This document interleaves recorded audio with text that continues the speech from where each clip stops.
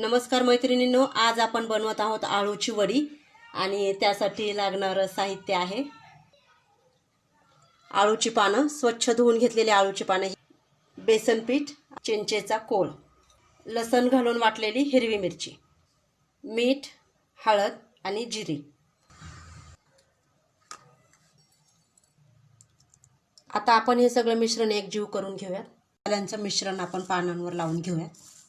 3 पानं एकावर एक ठेवलेत आपण आणि आता आपण हे वडी अशी वळून घेऊयात।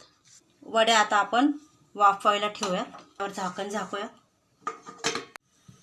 15 मिनिटं आपण वड्या वाफवायला ठेवल्या होत्या आणि छानपैकी आता वड्या आपल्या वाफून झाल्यात, तुम्ही बघताय।